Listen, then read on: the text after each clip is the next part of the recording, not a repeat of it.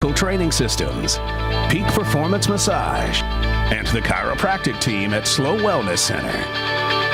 Here are your hosts for Living the Run, Rex Stevens and Paul Terek. Welcome to Living the Run. I'm your host, Rex Stevens, alongside Paul Terek and producer Max Woodcock. I had to chuckle there.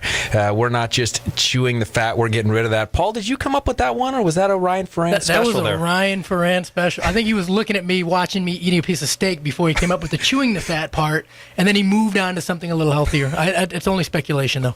Well, I got to think he's thinking about getting to the meat of the issue and doing more than just biting down on things, but saying, hey, let's put a plan together and let's get healthy, and that's what Living the Run is all about, health and fitness show. Live bold, live the run. Did you come up with live bold, live the run? Is there anything it was all Ferrand, man. It was all Ferrand.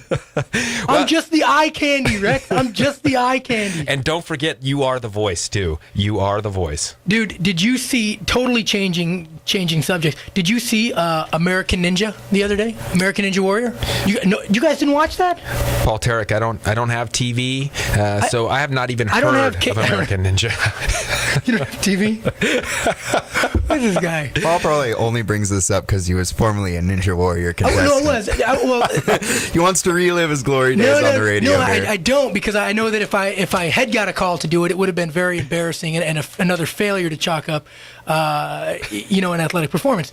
But what I love about it is that there are so many. The history of it is it started. The G4 network picked it up. It was a Japanese game show. The G4 network picked it up, and it's just weird because it was a gaming network, and then all of a sudden they're big fans of American Ninja. Or I'm sorry, it was at the time it was Ninja Warrior. They're huge fans of it, and I love the fact that G4 picked it up and was putting it on a gaming station and introducing. Even though they weren't looking at it as fitness, it was still a competition. They were introducing them to an active competition that, people sitting 10, 12 hours in front of a computer screen all day were really getting behind. It was actually one of the positive things I can say I've seen in television. And so anyways, they've been filming it kind of on their own, like a low budget type thing, and then it's taken off over the last few years. And when they showed it, it was on CBS or NBC or something, and it was huge. It was down in Venice Beach, and they had a long course with like 9 obstacles, looked really like professional, high grade.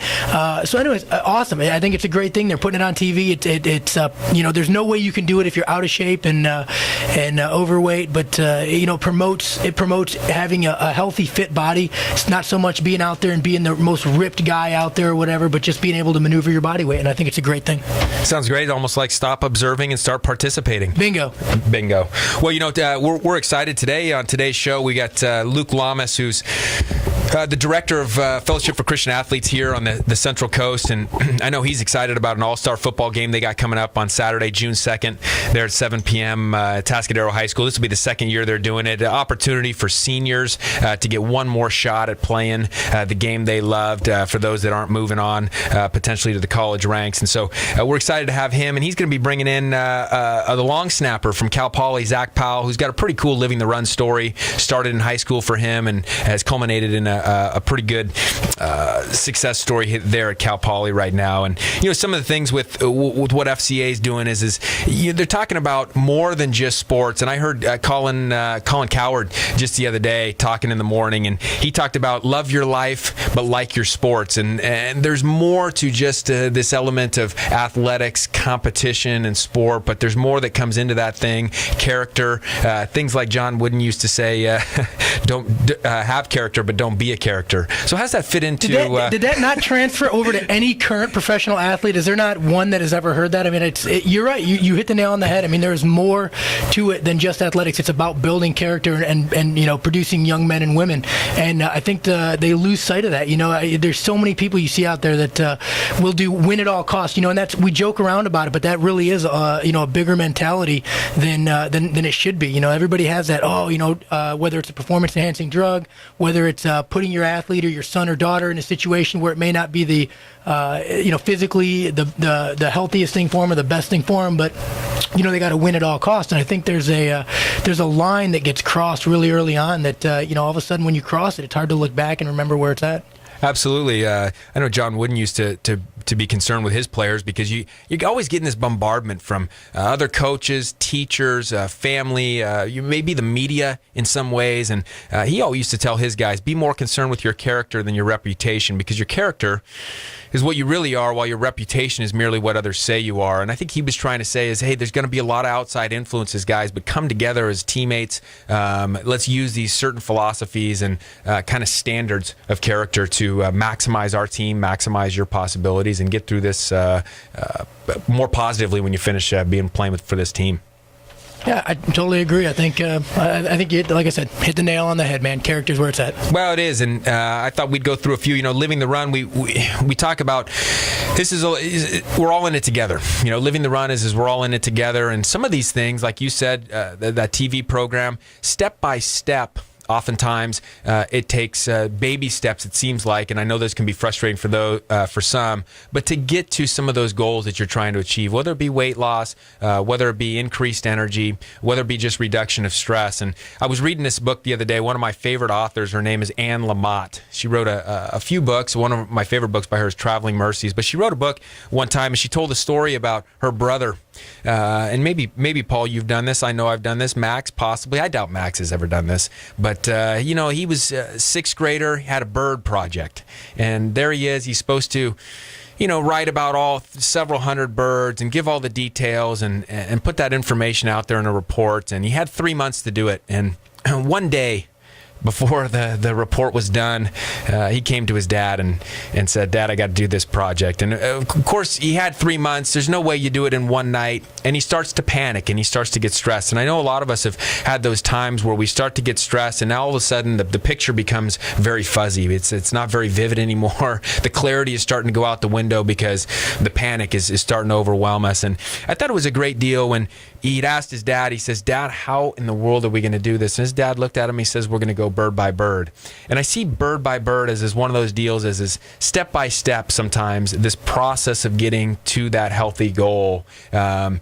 Look at it as the small steps. If you got 5 minutes to do a stretch, great. If you're able to add a couple more vegetables to your meal one day, wonderful. Can you get to bed a little bit earlier? Use those little baby steps as success milestones to be able to build to that bigger goal. I'm glad you expanded on that, because when you were saying bird by bird, I was thinking a little bit of turkey, maybe some chicken, some pheasant would be nice, maybe some duck. I'm a big fan of Cornish game hens. I was going in a different direction. I was thinking of these tasty little legs, and I'm glad you clarified. Brought me back there. Yeah, but I mean, what a great thing, and as a parent, as we're looking at our kids, and look, we all do this stuff. To be able to relieve stress for somebody, to be able to give them confidence that they can do it, and to be able to focus on the little things to be able to make that big picture happen. And I think when we start to talk about character and we start to talk about these other elements that fitness and sport can bring us, these are really, really big topics that probably just don't get talked about enough. Yep. Well, I want to talk about one, Paul, is this thing, and I kind of wanted to go after John Wooden today. He's always been one of my favorite guys, and he did a few things with regards to.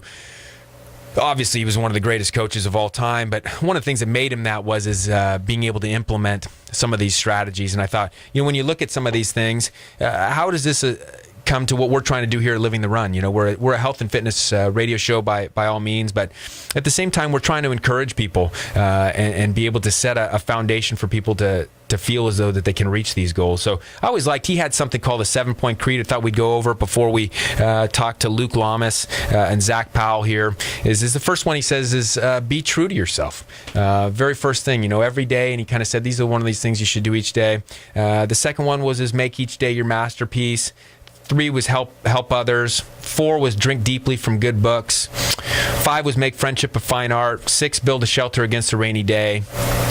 And 7 was pray for guidance and give thanks for your blessings every day. And the way I looked at that last one is when it comes down to health, sometimes one of the great things is to say, hey, I'm so thankful that I can get up and move. Or when I saw you, both of us busting in here right on time today, right? The ability to just kind of to get those legs moving from the car to the studio and get here quickly. It's something that we're probably not appreciative of enough, and it's a great thing to sit back and be thankful for. I don't know. I'm pretty appreciative. I really think that that 10 meters that I jogged in here, that is my masterpiece every day. Like, I celebrate those times. Like, man, I can run again. Great. Paul, I thought your masterpiece was that win in the Royal Grande Rec League basketball. Well, you can't rest on your laurels. While that was an incredible accomplishment, I think the important thing to remember is, what have you done for me lately? And today I ran 10 meters. Good form, too, by the way, if I do say so. Yeah, a little hips were down a little bit. Maybe I'm losing some ab strength, but it was fantastic. Any leaders for you, Paul, in the past, coaches, things that you've had, whether it was in high school, whether it was college, those guys that just kind of stood out, maybe more by the way their actions were rather than just what they were saying to you? As far as competitors go, two of the guys that I competed with that I was on the Olympic team in 2004 with them was Brian Clay and Tom Pappas. Two really completely different guys, personality-wise, but they were prime examples of how to be great competitors. And not just a great competitor, but to be a great athlete. They were out there, they were competing, they were against the other athletes. But the biggest thing was you never saw them, you never saw them lose sight of the big picture.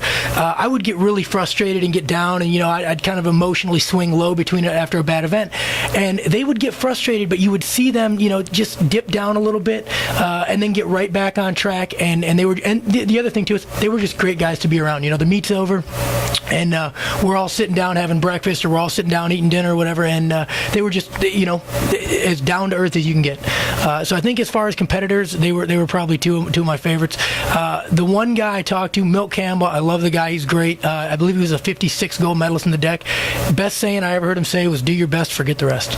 I like that. You're making me think when you're talking about Brian Clay and Tom Pappas, I was thinking about Phil Jackson used to say, never let your successes go to your head or never let your failures go to your heart. And it sounds like those guys were able to keep that steady realm and not have a good high jump, but you can come back and have a good event after or what have you. Well, the one thing that I think drives me crazy out of all of sport is watching somebody do something that they're paid to do. You watch a defensive lineman sack a quarterback in like the middle of the second quarter in a game that doesn't mean anything, like the third game of the season, and he jumps up and he's screaming, he's celebrating, like, "Look at me, look what I did!" And it's like, dude, that's your job. Congratulations, you've done what you're supposed to do. You shouldn't get credit for that.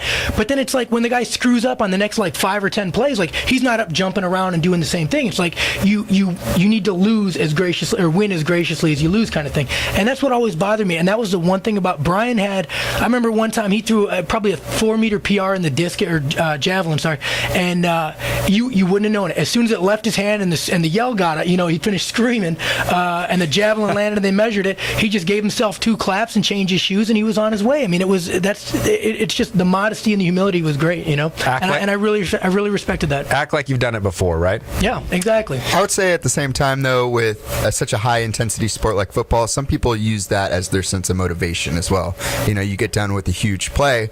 Well, do you want to just go stand back at the line, or do you want to kind of just rally yourself up? No, I agree. Quarterback sack. It's nothing. If it's the end of the game, or it's fourth quarter, or maybe it's third and short, and you get the sack. All right. Well, maybe that's when it's most important, is in the second quarter, when there is still a whole second half to play. You got to keep yourself motivated. You're going into locker at halftime, and you're going to sit around for about 15 to 20 minutes. Maybe you need all the extra internal motivation you need, because everybody out there playing against you has their own sense of motivation, and they're fighting just as hard to keep you from being able to celebrate. I hear what you're saying, but my response to that is, that's terrible. No, it's the second quarter. That's his job. That's what he needs to do. Don't celebrate. Just tackle the guy. Save your energy for the next play, and then do it again. Hey, if you sack a guy 3 times in a row, then on third down, then you celebrate. Yeah. Hey, let me get in the middle of this. The point is, I think the point is let's just go back to it. I mean, when we listen to Phil Jackson say that, never let your successes go to your head, never let your failures go to your heart. As he's saying is, don't waver too far off the emotional line. Have perspective on what's going on, and have character. Don't be a character, right? You're listening on to Living the Run on ESPN 1280, and that was Max and Paul kind of getting in a little riff lift there.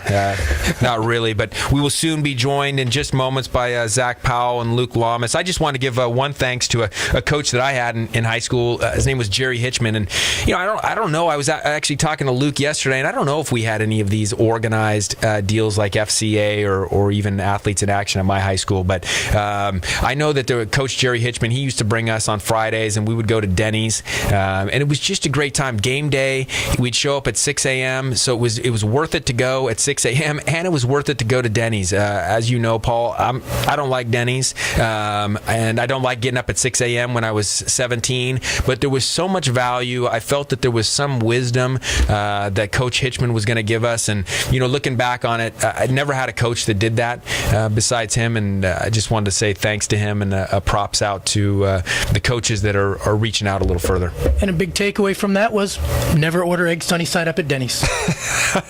I would agree with that, and I never did do that. Hey, remember, before we go to break, remember, listeners, that Jaffa, your favorite Mediterranean food, whether it's a shawarma, a gyro, or a little baklava, is given a $20 gift card to a winner. We will have a trivia question after the first segment with Luke Llamas from FCA. Back in moments. You're listening to Living the Run. We're back with Living the Run. Welcome back to Living the Run. At the break, Paul and producer Max Woodcock made up with a little fist bump, little high five. They weren't really upset at each other. Hey, let me tell you about something real good, guys. Coming up Saturday, June 2nd, 7 p.m. at Tascadero High School. We've got the FCA All-Star Football Game.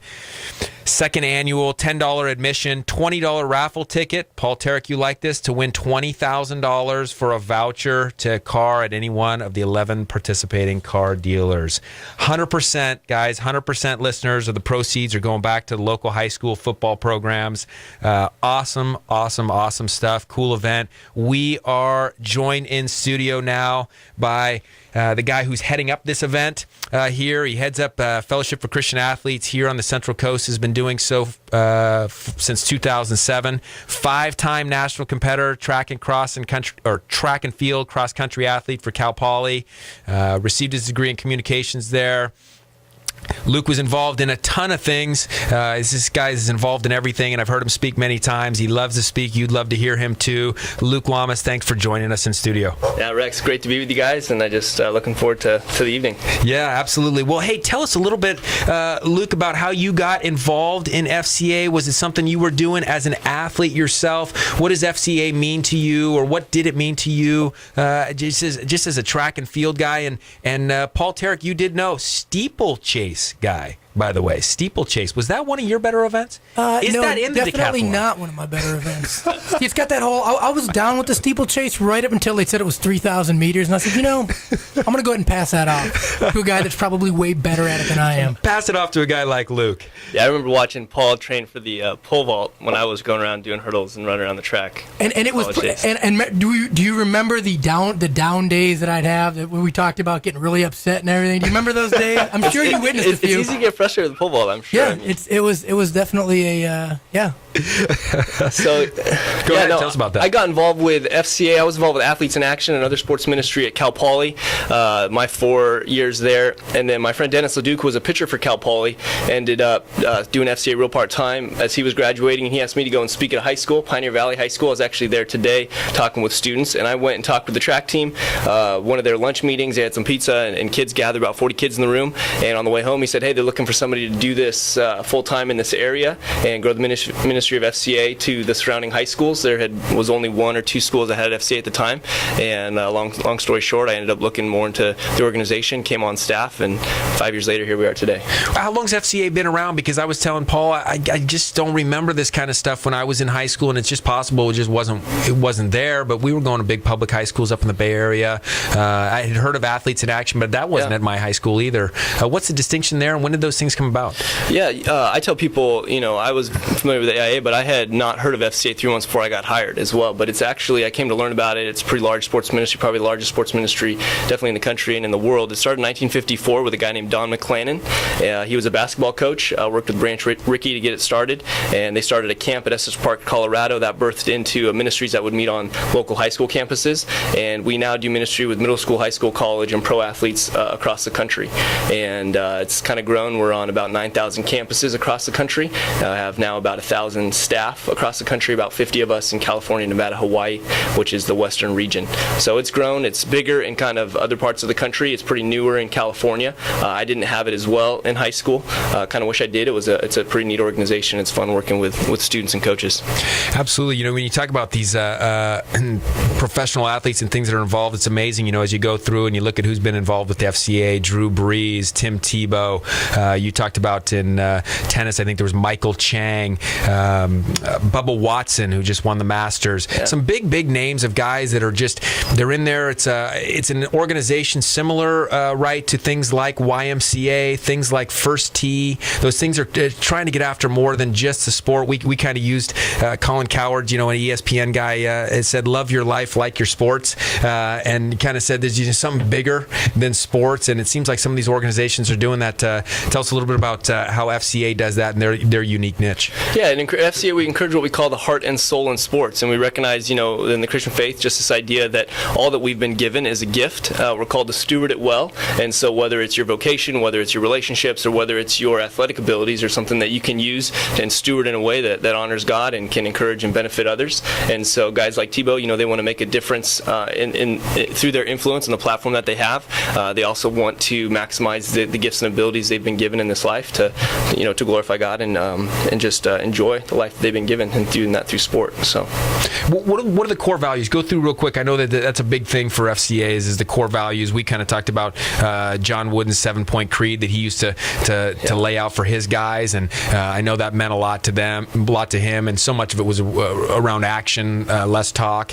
What is it about FCA's core values? What are the 4 that they've got, and how'd they come about? Yeah, I've come to really appreciate them, just even my own personal life and living out a life of faith. But FCA's core values are integrity, service, teamwork, and excellence. And so integrity, you talked a little bit earlier about character, who you are publicly as well as privately. The idea of service, Jesus gives a model of servant leadership, and so as we put others before ourselves, seek to serve them. That's a way that we can model that core value. And then teamwork, it's a pretty neat thing, as we'll talk about the All-Star Game in a little bit, just seeing different people in the community, volunteers, the business community, the athletic community, the Christian community coming together, working together, partnering with different organizations, different people, using their gifts and abilities to accomplish something that we couldn't alone.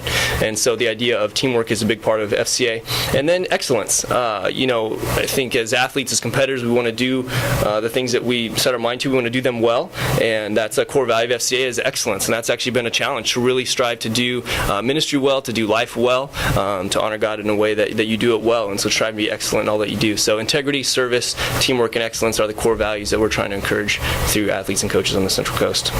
Well, I think the big thing to remember from this is, regardless of how far you are on your path, in religion, is these are things that apply to everybody, and they're things that can apply to sport, and they're things that can apply to just somebody picking up and trying to say, hey, I'm going to lose 5 or 10 pounds here. I'm going to try to get in a little bit better shape. These are values that everybody can use.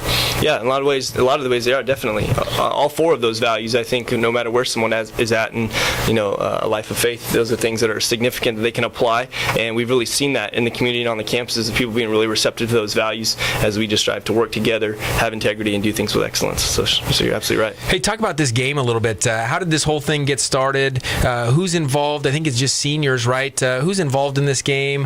Who had the idea for this? Talk about the success of last year. I know you guys raised a ton of money. I'll let you talk about that, but sounds like just an awesome event. And I know you've been involved in a lot of events. Are these All-Star games happening all over the country, or is this kind of a new thing here on the Central Coast?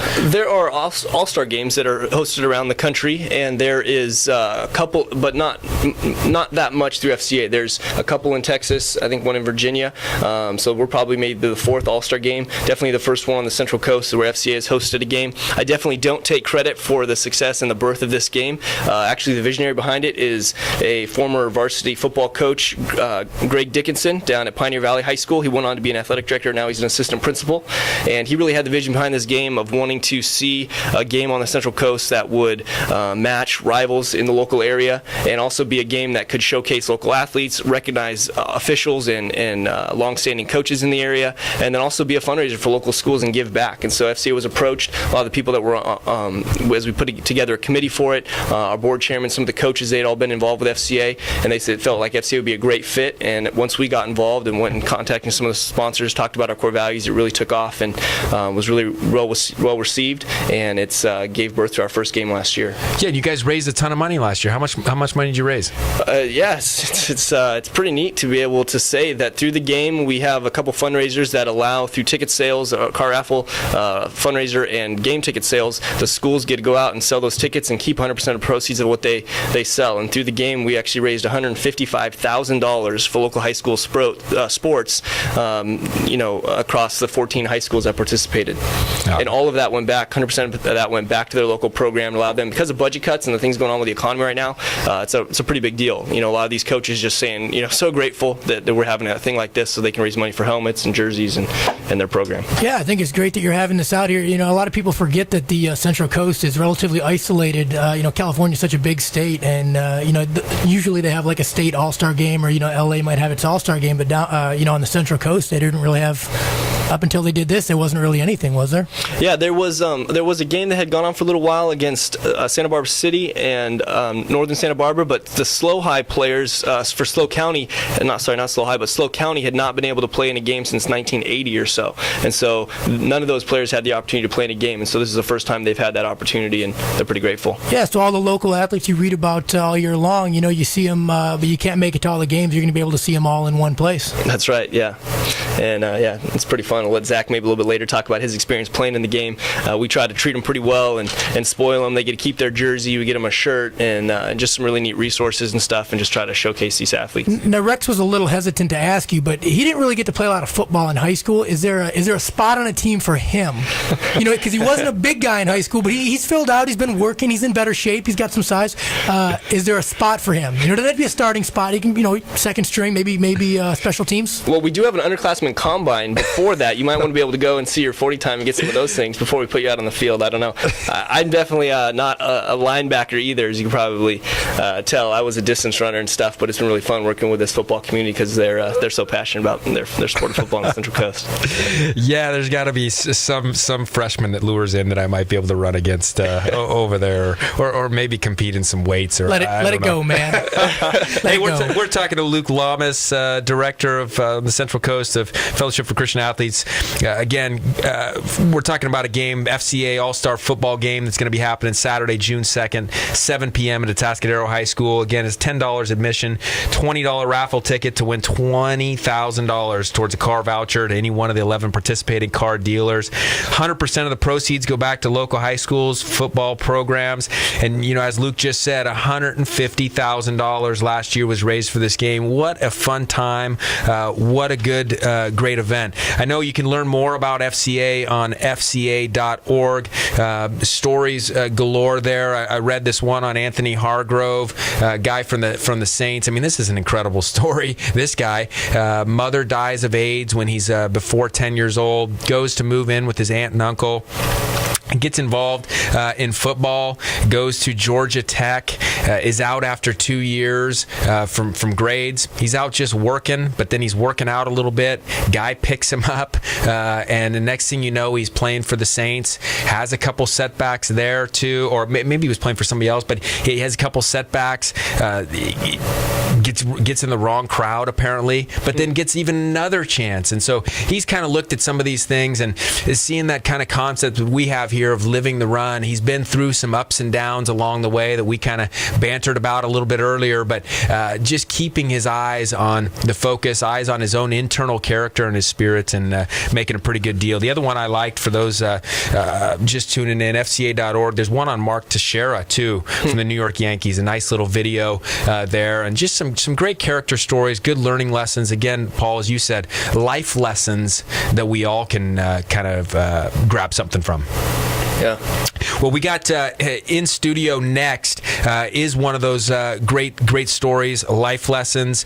Somebody who made some great strides in high school, is doing some awesome things now too at Cal Poly. Zach Powell will be with us, Cal Poly long snapper, next. at home. My dad just asked if I was interested in FCA. My dad actually did the same thing at his high school. Started it when he was younger, and I thought about it and I was like, oh, that looks interesting. He's like, what about camp? Checked out camp, looked at it, liked it, and I went. Met Luke, came back, and I was just I was fired up. Fired up not only about FCA but my faith. Got hooked up with Luke and talked to some friends at my high school coaches, and really just blossomed from there and got the club started, and it's just continued to grow, including they're still at Lompoc High School. Well, congratulations on making it to Cal Poly football team as well, playing collegiate football. Was this always a goal of yours to play collegiate football? And I gotta ask, I never thought myself about being a long snapper, but Paul already kind of bagged on me about my football prowess. But is that something that you think about? Hey, I've always wanted to be a long snapper. Or how the heck do you know that you're good at that? Well, it sure doesn't start that way. I mean, like every other little kid in high school, everybody wants to play at the next level and professional sooner or later. But up to my junior year, struggled in football, at least at the varsity level. Senior year coming around, really came out great. I had a great one CIF. I actually played tight end in high school and long snapped. I was just one of those guys that, they throw the ball and say, who wants to long snap freshman year? And I was like, oh yeah, sure, I'll try it. Got pretty good at it. In senior year, I was like, well, I'm not big enough, not really fast enough to play a tight end anywhere. I was like, well, I'm getting pretty good at long snapping. Let's try that. So, talking to a few schools with the help of Coach Barrett and my head coach Jones, got the word out and actually got connected to Cal Poly, and they basically said, hey, you're more than welcome to walk on. We'd love to have you. We got 3 seniors. They're going to be gone next year. So throughout that process, basically just walking on, no preference, not really anything besides just hey, I know the coach. But as of just about 2 weeks ago, got that confirmation that I am on the team. Just at this point, waiting to hear if I'm on the active roster or the reserve roster. Fantastic. USA Track and Field, Paul, are they considering adding an 11th event to the decathlon, long snapping? I would love that. I would love the long. I can long snap a little bit. I really can. I believe you can. Yeah, you can throw the shot put. You can throw the discus. You can throw a jab. You got to be able to long snap. Exactly, it applies. It's kind of like you get into it. It's kind of like the furthest spot away from Costco. You go to the parking lot. You're not looking for the furthest spot away, but sometimes it's the only one left. So you got to get your foot in the door. Sometimes, like he said, you want to play at the next level. If he can get in, he can long snap a little bit and demonstrate some more athletic ability. He might make another special team someplace else and kind of sneak into the program someplace else too. Great. Well, how is this of the 4 core values there: integrity, service, teamwork, and excellence? Zach, which one kind of resonated most with